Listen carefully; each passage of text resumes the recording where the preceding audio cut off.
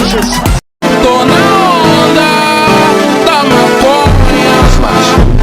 السلام عليكم ورحمة الله وبركاته. اليوم راح نكمل سلسلة منتخب البرتغال في يورو 2024. طبعا وصلنا مباراة نهائية ضد منتخب ألمانيا المستضيف. طبعا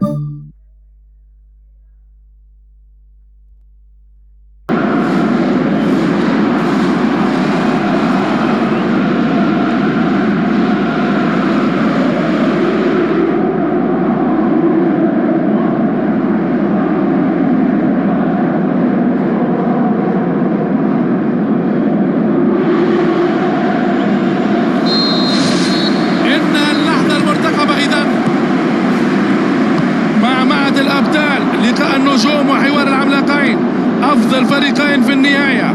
هذه هي خاتمة الحكاية.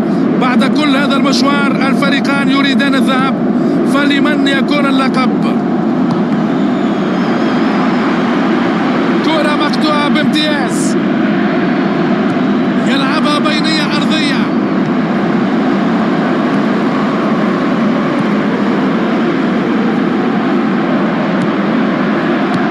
قوي لا يعرف الرحمة، لا يمكن أن تعبر أو تمر بدون التغلب على هذا الاندفاع البدني الهائل.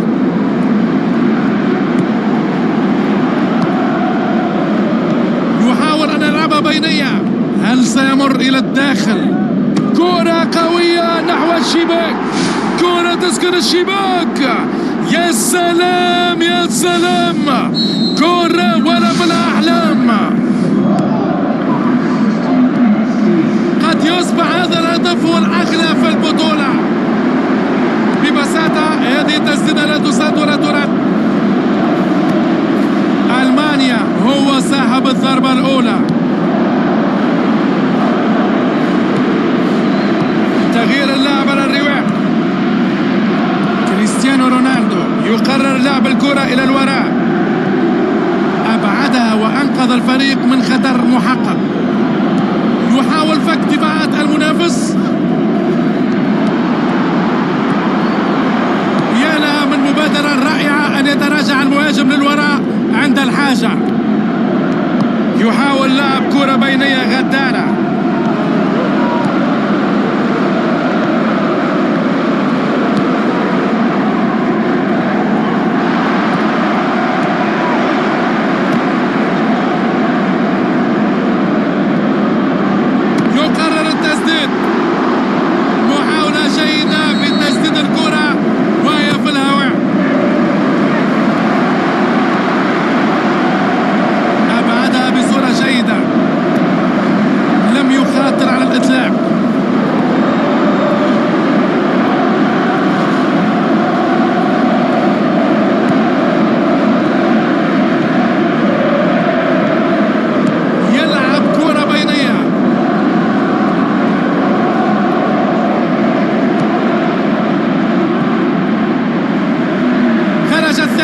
ورمية تماس أخرى.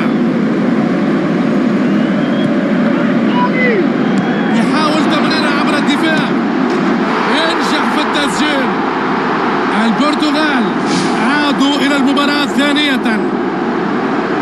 بدأت الهجمة بتمريرة خاطئة، تم اعتراضها ثم انطلق في الهجمة، وبعد ثواني قليلة كانت هي صافرة النهاية. لكن كان هذا الشوط ممتع. 45 دقيقة الأولى من مباراة النهائي التي تابعناها انتهت الآن. أداء جيد للفريقين في مباراة يمكن اعتبارها معركة حقيقية حتى الآن. أظهر كلاهما رغبة كبيرة في الفوز، وقد تصل إلى اللحظة الحاسمة التي ينتهي فيها هذا التعادل. النتيجة هدف لكل فريق، ولم يتفوق أحد الفريقين على الآخر حتى الآن. البرتغال كان يلعب وحده، عديد الفرص والتسديدات، لكن لم تستثمر بالشكل المطلوب. إذا ما استمر الوضع على ما عليه أكيد في مرة راح تتكسر الجرة. أم يعاقب الفريق على إهدار عديد الفرص. كل الاحتمالات ممكنة في شوط المدربين. تفوق في المواجهة البدنية وحصل على الكرة. يسدد الكرة، لو مرت لكانت خطيرة. دفاع ممتاز، يلعبها بينية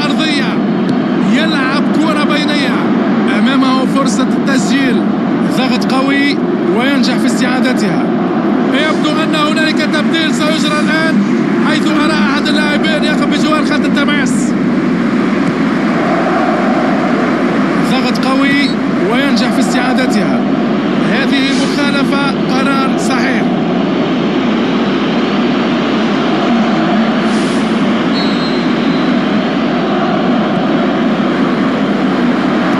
يحاول أن يلعبها بينية، أنقذ الحارس الكرة بصورة جيدة. تصرف رائع منه هناك، هذا تصدي مدهش للكرة.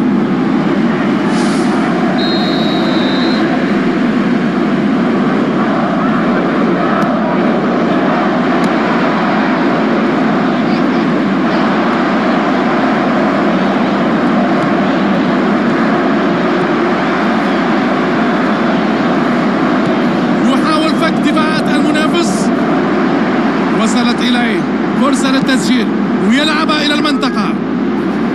كان عليه أن يسجل تلك الكرة في المرمى.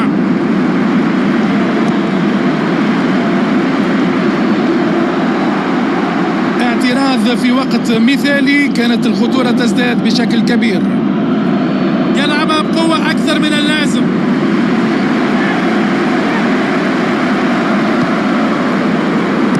يحاول لعب كرة بينية غدارة.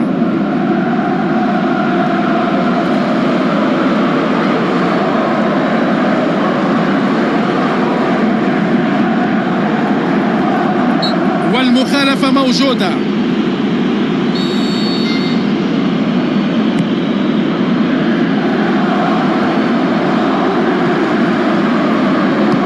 والكرة ملعوبة إلى الأمام. كريستيانو رونالدو مرر تمريرة حاسمة اليوم بالفعل.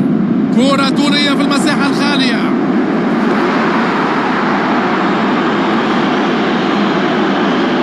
نلعب الآن في الوقت بدل الضايع. يلعبوها للأمام. يرسل كرة طولية إلى المساحة الفارغة. يلعبها بينية أرضية. هذه هي إذن صافرة النهاية، وسننتقل إلى الوقت الإضافي. في رأيي دراما كروية حقيقية. لم ينجح أي فريق في التسجيل مع وجود حالة رضا لدى الفريق. تعرض للشد وحصل على ركلة حرة.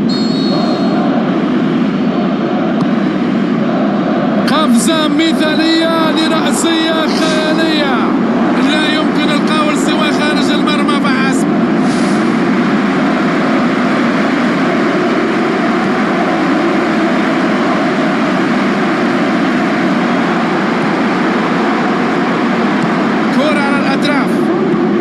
يلعبها طولية. هل ستصل الكرة إلى اللاعب في الأمام؟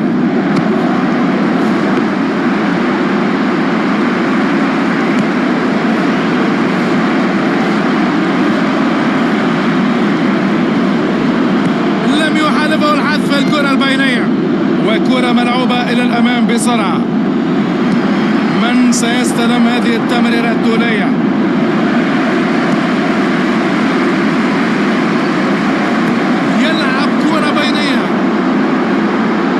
لديه الفرصة. كرة عرضية، تصدي جميل من الحارس. هذه كرة تدخل المرمى.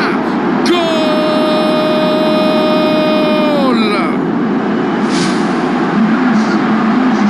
ومع هذا الهدف تكتمل العودة في النتيجة. يعرف أنه ليس بحاجة إلى التحرك على الأطراف كثيرا، وحين لا يتحرك على الأطراف فإن فرصته في التهديف تتزايد. ويجرون الآن وتعلن الصافرة نهاية الشوط الإضافي الأول. سيكون ساحب النفس الطويل الآن هو الفائز بالتأكيد، وتبدو اللياقة البدنية جيدة والمنافسة حامية للغاية. 15 دقيقة فقط هي ما تفصل بين الفريقين وبين ضربات الترجيح. هل ستكون تلك هي طريقة تحقيق الفوز؟ ويرسل العرضية ولكنها ضايعة.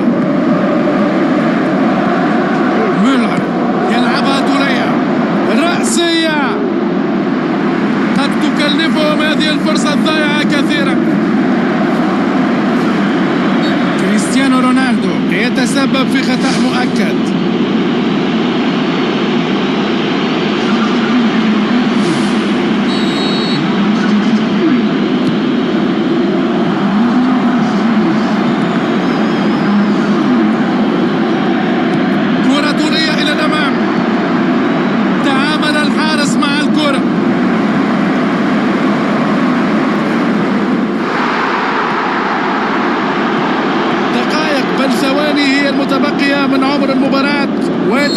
لهم الفوز. وهكذا انتهت المباراة مع انطلاق صافرة النهاية، وهي اللحظة المنتظرة. إنهم الأبطال، لقد فعلوها أخيرا اليوم وبعثوا الفرحة الكبيرة في قلب مدربهم وبالتأكيد في قلوب جماهيرهم، وكذلك بالتأكيد ستحتفل الجماهير بهذه البطولة. الأبطال يحققون الكأس اليوم، هذه بطولتهم، هذه متعتهم. نرى الاحتفال على منصة التتويج أمامنا الصورة بكل تأكيد.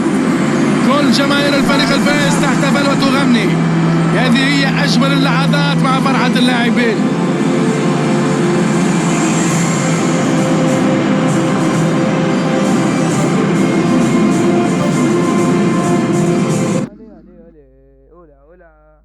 وكده تكون وصلنا نهاية فيديو، وأتمنى لكم مشاهدة طيبة. باي باي.